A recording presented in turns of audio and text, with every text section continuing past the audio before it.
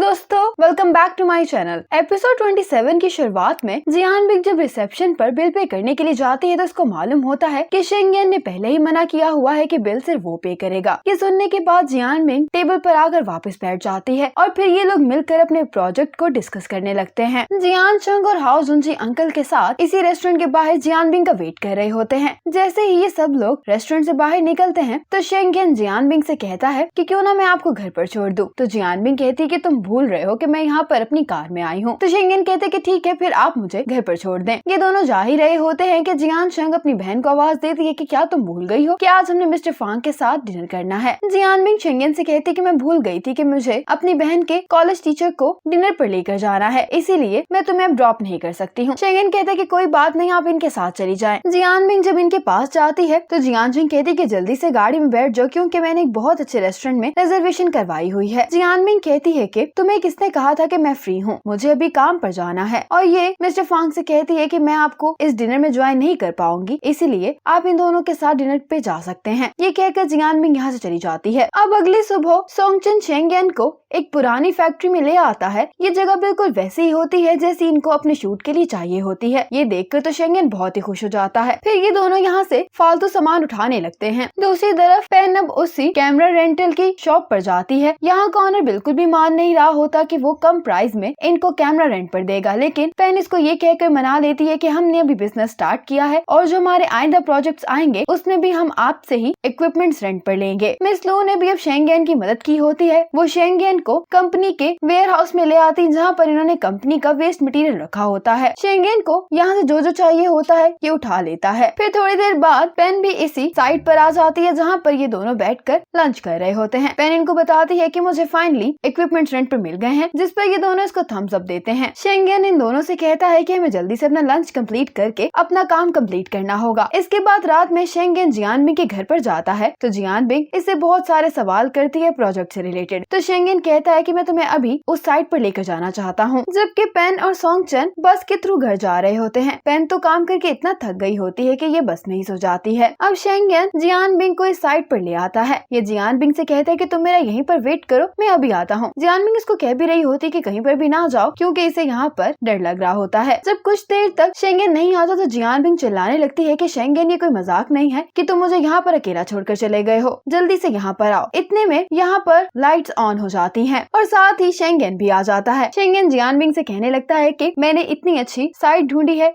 इसके लिए मेरी तारीफ तो बनती है। जियान भी कहती कि तारीफ किस बात की, मैं डायरेक्टर हूँ और मुझे यहाँ पर दिन में शूटिंग करनी है, जबकि तुम मुझे साइट विजिट करवाने के लिए रात में लेकर आए हो। शेंगेन कहने लगता है कि यहाँ पर इतना कूड़ा था कि मैंने, सोंगचन और पेन ने बहुत मुश्किल से यह साफ किया है और ऐसा करने में सारा दिन लग गया। अब जो इन्होंने यहाँ पर एक मॉन्स्टर क्रिएट करना होता है उसके बारे में जियान बिग शेंगेन को इंस्ट्रक्शंस दे रही होती है। जियान बिग शेंगेन से पूछती है कि तुम लोगों ने अपनी एडवर्टाइजिंग एजेंसी का नाम मोसेस एजेंसी क्यों रखा है। शेंगेन इसको बताने लगता है कि एक ग्रैंडमा पेंटर थी जिसका नाम मोसेस था। उसने पेंटिंग 76 इयर्स में स्टार्ट की थी। उसकी एक सेइंग है जिसमें उसने कहा था कि जब तक आप वो काम करते हैं जो आप पसंद करते हैं तो फिर गॉड आपके लिए सक्सेस के दरवाजे खुद ही खोल देता है, यहाँ तक कि आपकी एज चाहे 80 इयर्स भी हो जाए। जियान बिग कहती है कि मैंने इसके बारे में सुना हुआ है, बल्कि मैंने तो इसकी एक लिखी हुई किताब भी पढ़ी है। शेंगेन कहता है कि इस ग्रैंडमा मोसेस और तुम मुझे बिल्कुल एक जैसे लगते हो। जियान बिग कहती है कि हम भला एक जैसे कैसे हैं। तो शेंगेन कहता है क्योंकि तुम दोनों ही ओल्ड वुमेन्स हो। ये बात सुनकर जियान बिग शेंगेन को मारने लगती है कि तुमने मुझे ओल्ड कैसे कहा है, जिस पर शेंगेन हंसते हुए कहने लगता है कि मैं तो बस मजाक कर रहा था। अब नेक्स्ट डे इन्होंने अपना सारा सेटअप लगा लिया होता है और जियान बिग भी अपनी टीम के साथ यहाँ पर शूटिंग करने के लिए आ गई होती है और अब इनकी फिल्म की शूटिंग स्टार्ट हो गई होती है। सोंगचन पेन से कहता है कि तुमने इतने ठंडे दिन में इतने बारीक कपड़े क्यों पहने हुए हैं। पेन कहती है कि आज हमारी शूटिंग का पहला दिन है, मुझे अच्छा दिखाई देना है। पेन सोंगचन से कहने लगती है कि जियान बिग काम करते हुए बहुत ही सीरियस है, इसको काम करता हुआ देखकर तो मैं भी इसकी फैन हो गई हूँ। अब जब ये लोग शूट कर रहे होते हैं तो एक सीन में कैमरे का फोकस बिल्कुल भी ठीक नहीं आ रहा होता। टेक्नीशियंस जियान बिग को बताने लगते हैं कि कैमरा का लेंस सही से फोकस नहीं कर रहा है और इसके साथ ही जो माइक वाली टीम होती है वो भी कह रही होती है कि हमारा माइक्रोफोन ठीक से काम नहीं कर रहा है। अब ये सोंगचन से पूछने लगते हैं कि जब तुमने इक्विपमेंट्स रेंट पर लिए थे तो क्या तुमने उन्हें चेक किया था। तो सोंगचन कहता है कि हाँ हमने चेक किया था। शेंगेन अब ये चेक करने के लिए जा रहा होता है तो इतने में एक शख्स चिल्लाता हुआ आ रहा होता है, कहने लगता है कि तुम लोगों को यहाँ पर शूटिंग करने की परमिशन किसने दी है। शेंगेन कहता है कि आप कौन हो? तो वो कहने लगता है कि मैं इस जगह का इंचार्ज हूँ। सोंगचन सॉरी करते हुए कहने लगता है कि मुझे लगा था कि ये जगह ऐसे खाली पड़ी हुई है। ये आदमी इन पर गुस्सा कर रहा होता है तो शेंगेन कहता है कि आप फिक्र नहीं करें, हम यहाँ का रेंट पे कर देंगे। पेन भी इस आदमी को कन्विंस करने की कोशिश करती है, लेकिन ये आदमी इन पर बस चिल्ला ही जा रहा होता है। जियानमिंग ये सब कुछ देख रही होती है, शू को मैसेज करती है कि मुझे सिर्फ 3 घंटे चाहिए, हम शूटिंग करके यहाँ से चले जाएंगे। जियानमिंग इस आदमी के पास आती है और कहती है कि हम अभी यहाँ से जा रहे हैं, पर हमें अपना सामान पैक करने का तो टाइम दो। जियानमिंग सबको ऑर्डर देती है कि हम यहाँ से जा रहे हैं। अब जियानमिंग इन सबको एक स्टूडियो में लेकर आ गई होती है, जो कि इसने शू को कहकर बुक करवाया होता है। लेकिन ये सब कुछ देखकर शेंगेन बिल्कुल भी खुश नहीं होता कि जियानमिंग ने इस काम में शू की मदद ली है। शेंगेन ये देखकर यहाँ से चला जाता है। इतने में पेन को ठंड लग रही होती है तो सोंगचन कहता है कि मैंने तुम्हें कहा भी था कि तुम्हें आज के दिन गर्म कपड़े पहन कर आने चाहिए। फिर ये इसको अपनी जैकेट उतार कर देता है। पेन बहुत ही हैरान होती है और सोंगचन से पूछती है कि क्या ये वाकई में हमें इतना अच्छा स्टूडियो यूज करने के लिए देंगे। सोंगचन कहता है कि ये सब कुछ जियानमिंग के कनेक्शंस की वजह से हो रहा है, लेकिन तुम्हें याद है कि जिस दिन अम्यूजमेंट पार्क पर डायरेक्टर जियानमिंग का एक्सीडेंट हुआ था तो शेंगेन उस दिन अपना प्रोजेक्ट छोड़कर सिर्फ जियानमिंग को देखने के लिए चला गया था। तो टेक्निकली शेंगेन ने जियानमिंग के लिए अपनी जॉब खोई है। अब जब ये दोनों बात कर रहे होते हैं तो जियानमिंग भी सुन लेती है कि शेंगेन ने अपनी जॉब जियानमिंग की वजह से खोई है। सोंगचन कह रहा होता है कि जब शेंगेन इतना कुछ कर सकता है जियानमिंग के लिए तो वो हमें एक छोटी सी फेवर तो दे ही सकती है। ये बात जियानमिंग के लिए तो बहुत ही शॉकिंग होती है। ये सोंगचन से आकर पूरी बात पूछती है और सोंगचन इसको सारा मामला बता देता है कि उस दिन क्या हुआ था। अब जियानमिंग को भी याद आ रहा होता है कि कैसे शेंगेन उस दिन इससे मिलने के लिए आया था। शेंगेन अब ये सारे इक्विपमेंट्स लेकर उसी रेंटल शॉप पर जाता है और इसे कहता है कि तुम लोग किस तरह से बिजनेस करते हो, तुम लोगों ने हमें खराब इक्विपमेंट्स दिए हैं, हमने सिर्फ 2 घंटे ही इनको यूज किया और ये काम करना बंद कर गए। वहाँ का मैनेजर कहने लगता है कि जब तुम लोग इक्विपमेंट्स हमारे पास से लेकर गए थे तो ये बिल्कुल ठीक काम कर रहे थे, लेकिन अब ये काम नहीं कर रहे तो इसका मतलब है कि तुम लोगों ने इनको खराब किया है, इसीलिए अब तुम लोगों को हमें पैसे देने होंगे। शेंगेन कहता है कि तुम्हारा इस बात से क्या मतलब है कि हमने इनको तोड़ा है, तुमने ही हमें खराब इक्विपमेंट्स दिए हैं। शेंगेन कहता है कि क्या तुम हमें धोखा देने की कोशिश कर रहे हो? तो ये मैनेजर अपने एम्प्लॉय से कहता है कि जाकर कॉन्ट्रैक्ट लेकर आओ। ये शेंगेन को कॉन्ट्रैक्ट दिखाता है जिसमें ये लिखा होता है कि अगर आपके यूज के टाइम पे इक्विपमेंट्स को कुछ भी होगा तो आपको इक्विपमेंट के सारे पैसे हमें देने होंगे, और पेन ने इस पर साइन भी किए होते हैं। शेंगेन कहता है कि मैं ये बात एडमिट करता हूँ कि मेरी कंपनी के मेंबर ने इसको साइन किया है, लेकिन तुम लोगों के खराब इक्विपमेंट्स की वजह से हमारी जो शूटिंग डिले हो गई है और वो जो क्रू की फीस है वो कौन पे करेगा? क्या तुम लोग मुझे मेरे नुकसान के पैसे दोगे? तो ये आदमी कहता है कि तुम किस तरह की बातें कर रहे हो, तुमने कॉन्ट्रैक्ट साइन किया है और अब तुम्हें हमें पैसे देने ही होंगे। इतने में यहाँ पर जियानमिंग आ जाती है। शेंगेन इसे कहता है कि तुम यहाँ पर क्यों आई हो, मैं इस मसले को हैंडल कर सकता हूँ। जियानमिंग कहती है कि मैं एक नजर कॉन्ट्रैक्ट को देखना चाहती हूँ। जियानमिंग कॉन्ट्रैक्ट देखती है और उसके बाद इक्विपमेंट्स को हिला कर देखती है तो ये कहती है कि लेंस के तो गियर्स ही लूज हैं, तो ये भला फोकस कैसे करेगा? अब जियानमिंग एक एक इक्विपमेंट उठाती जाती है और उसके अंदर जो भी इश्यू होता है इनको बता रही होती है। इसमें ये आदमी कहता है कि तुम लोगों ने ही इक्विपमेंट्स लेकर जाने से पहले इनको ठीक से चेक नहीं किया, वैसे भी जितने पैसे तुम लोग हमें दे रहे हो उसमें हमारे इक्विपमेंट्स बहुत अच्छे हैं। जियानमिंग अपनी कंपनी का कार्ड इसे देते हुए कहती है कि अगर आइंदा भी हमें कोई काम होगा तो हम आपके साथ कोऑपरेट जरूर करेंगे। जब ये आदमी जियानमिंग की कंपनी का कार्ड देखता है तो एकदम हैरान हो जाता है। ये आदमी कहने लगता है कि हम जानते हैं कि आपकी एडवर्टाइजिंग एजेंसी बहुत अच्छी है और हम कब से आपके साथ काम करना चाहते हैं, लेकिन हमें कभी भी मौका नहीं मिला। जियानमिंग कहती है कि मैं अपनी कैमरा टीम से बात करूंगी कि वो तुम्हारे साथ डिनर कर ले। इस पे तो ये शख्स बहुत ही खुश हो जाता है। फिर जियानमिंग कहती है कि हमारा डिपॉजिट, तो ये आदमी कहता है कि मैं अभी आपको आपका सारा डिपॉजिट वापस कर देता हूँ। फिर जियानमिंग शेंगेन को यहाँ से लेकर चली जाती है। जब ये लोग बाहर आते हैं तो शेंगेन जियानमिंग से कहता है कि तुम वापस चले जाओ, मुझे इक्विपमेंट और साइट का मसला हल करना है, वैसे भी तुम सारा दिन शूटिंग करके थक गई हो। जियानमिंग कहती है कि मैं इतनी दूर से तुम्हें यहाँ पर ढूंढने के लिए आई हूँ और तुम मुझे वापस जाने का कह रहे हो। शेंगेन कहता है कि इस सब में सारा कसूर मेरा है, क्योंकि मैंने पेन को यहाँ पर आने के लिए कहा था, जबकि मुझे यहाँ पर खुद आकर इक्विपमेंट चेक करने चाहिए थे, और जो इशू साइट पर हुआ था उसमें भी मेरा ही कसूर है। जियानमिंग इससे कहती है कि इसमें तुम्हारा कसूर नहीं है, इसलिए अपने आप को ब्लेम नहीं करो। जियानमिंग इसको समझाने की कोशिश करती है कि तुमने इतने दिन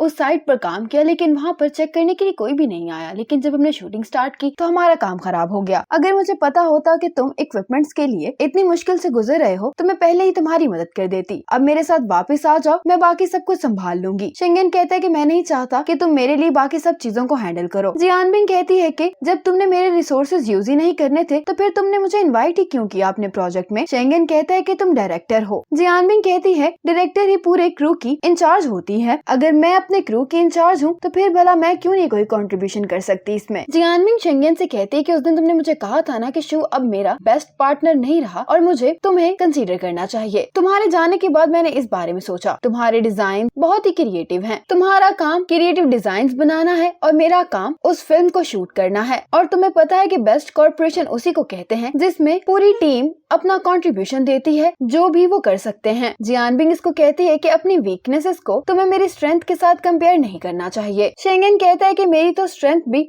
आज की सिचुएशन में यूजलेस है। जियानबिंग कहती है कि तुम्हें अपने आप को इतना अंडर एस्टिमेट नहीं करना चाहिए। अगर तुम बिल्कुल भी अपने काम में अच्छे ना होते तो भला मैं तुम्हारे साथ काम क्यों करती। और तुम्हें पता है कि आज की सिचुएशन में क्यों हैंडल कर पाए, क्योंकि मेरे पास इस इंडस्ट्री में काम करने का बहुत एक्सपीरियंस है और एक्सपीरियंस सिर्फ हमें एज के साथ मिलता है। और तुम्हें पता है कि तुम्हारी सिंप्लिसिटी और तुम्हारा पैशन, ये चीजें बहुत कीमती हैं। शेंगेन को अब जियानबिंग की कही हुई तमाम बातें समझ में आ गई होती हैं। जियानबिंग कहती है कि तुमने अभी मुझसे कहा था कि मैं बहुत थक गई हूँ, इसलिए अब तुम मुझे घर पर छोड़ोगे। अब सोंगचन और पेन बैठकर परेशान हो रहे होते हैं कि अब ये इक्विपमेंट वाले मामले को कैसे हैंडल करेंगे। पेन कहती है कि हमें तो ये भी नहीं पता कि शेंगेन कहाँ पर है। सोंगचन कहता है कि मेरे अंदर तो उसका सामना करने की हिम्मत ही नहीं है, क्योंकि इन सभी सालों में शेंगेन ने हमेशा ही मेरी मदद की है। अगर मैं सच कहूँ तो शेंगेन ने मेरे पेरेंट्स से ज्यादा मुझे सपोर्ट किया है। और जब हमने ये बिजनेस स्टार्ट किया तो मुझे फाइनली ऐसे लगने लगा कि इस तरह से मैं शेंगेन को उसके किए हुए एहसान का बदला चुका सकता हूँ। लेकिन फिर देखो आज क्या हो गया। पेन इसको यही समझा रही होती है कि इसमें तुम्हारा कसूर नहीं है। इतने में सोंगचन को शेंगेन का मैसेज आ जाता है। पेन कहती है कि शेंगेन ने क्या कहा है, तो सोंगचन कहने लगता है कि वो हमें कह रहा है कि हमें घर चले जाना चाहिए और उसने इक्विपमेंट और स्टूडियो वाला मामला संभाल लिया है। दूसरी तरफ शेंगेन जब जियानबिंग के घर पर पहुँचता है, जैसे ही ये दोनों गाड़ी से उतरते हैं तो तेज बारिश शुरू हो जाती है। शेंगेन फिर अपनी जैकेट उतारता है और फिर ये दोनों अपने आप को कवर करते हुए ऊपर पहुंच जाते हैं। शेंगेन भीग गया होता है तो ये अपने आप को ड्राई करने के लिए वॉशरूम में चला जाता है। अब जब ये दोनों यहाँ पर बैठ जाते हैं तो शेंगेन जियानबिंग से कहने लगता है कि यहाँ पर आते हुए मैं सोच रहा था उन बातों के बारे में जो तुमने मुझसे कही हैं, और मुझे लगता है कि तुम बिल्कुल ठीक कह रही थी, लेकिन अभी भी कुछ ऐसी बातें हैं जो मुझे तुम्हारी समझ नहीं आई। मैं तुमसे कुछ पूछना चाहता हूँ। जियानबिंग कहती है कि इससे पहले कि तुम मुझसे कुछ पूछो, मैं तुमसे पूछना चाहती हूँ कि मैंने इतनी मुश्किल से शू को कहकर वो स्टूडियो रेंट किया और सारा क्रू भी वहाँ पर चला गया, लेकिन तुम एंड मोमेंट पर वहाँ से क्यों चले गए थे। शेंगेन कहता है कि हम लोग इस बात पर एग्री हुए थे कि हम लोग सिर्फ काम के बारे में बात करेंगे और रिलेशनशिप के बारे में नहीं, लेकिन मुझे नहीं पता कि उस मोमेंट मुझे क्या हुआ था। मैं बस इस चीज को एक्सेप्ट नहीं कर पा रहा था कि तुम मेरे मसले को हैंडल करने के लिए शू से फेवर ले रही हो। जियानबिंग कहती है कि यही तुम्हारा इमेच्योर पार्ट है। हम कभी भी अपने काम में अपनी पर्सनल फीलिंग्स को नहीं आने दे सकते, क्योंकि ऐसा करके नुकसान सिर्फ हमें ही होता है। शेंगेन कहता है कि हाँ बिल्कुल ठीक कह रही हो तुम। शेंगेन जियानबिंग से कहता है कि हम वही सेट यूज करेंगे जो हमने ढूंढा था, क्योंकि दूसरा सेट यूज करना एक्सपेंसिव भी है और हमें दोबारा से उसको डेकोरेट करने में बहुत टाइम लग जाएगा। जियानबिंग कहती है लेकिन वो तो तुम्हें वो सेट यूज नहीं करने देंगे, तो फिर तुम कैसे वो सेट यूज करोगे। शेंगेन कहता है कि मैं इस मसले को अपने तरीके से हैंडल कर लूंगा। शेंगेन जियानबिंग से कहता है कि तुमने मुझसे कहा था ना कि हम एक फिल्म को मोबाइल फोन से भी शूट कर सकते हैं। जियानबिंग कहती है लेकिन जो रिजल्ट अच्छे कैमरा से आएगा वो कभी भी हम मोबाइल फोन से शूट की हुई फिल्म में नहीं दिखा सकते, और वैसे भी हमारे पास अच्छे इक्विपमेंट्स है तो हैं। शेंगेन कहता है कि मेरे पास इतने पैसे नहीं है कि मैं दोबारा से उन इक्विपमेंट्स को रेंट कर सकूं। जियानबिंग कहती है कि फिर मैं अपने इक्विपमेंट सेट पर लेकर आऊंगी। शेंगेन कहता है कि नहीं तुम ऐसा नहीं करोगी। जियानबिंग कहती है कि ठीक है, फिर अब से तुम्हारी कंपनी में मेरी कंपनी का भी शेयर होगा। 70% शेयर तुम लोगों के होंगे और 30% मेरे, और तुम लोग हर प्रोजेक्ट में मुझे ही डायरेक्टर लोगे, और तब तक तुम लोग किसी और डायरेक्टर के साथ काम नहीं कर सकते जब तक मैं ना चाहूंगी। शेंगेन कहता है कि ये तो बहुत ही अच्छा आइडिया है। जियानबिंग कहती है कि ऐसी बात है तो हमें कॉन्ट्रैक्ट साइन कर लेना चाहिए, और फिर जियानबिंग वो कॉन्ट्रैक्ट लेने के लिए चली जाती है जो इसने प्रिपेयर किया होता है, और फिर ये दोनों जल्दी से कॉन्ट्रैक्ट साइन कर लेते हैं। जियानबिंग बहुत हैरान होती है, कहने लगती है कि तुमने बगैर पढ़े ही कॉन्ट्रैक्ट साइन कर लिया है। तो शेंगेन कहता है कि इसकी जरूरत नहीं है क्योंकि मुझे तुम पर ट्रस्ट है। और अब इन दोनों को बातें करता हुआ जियान शंग भी देख रही होती है। इसी मोमेंट पर एपिसोड 27 खत्म हो जाती है।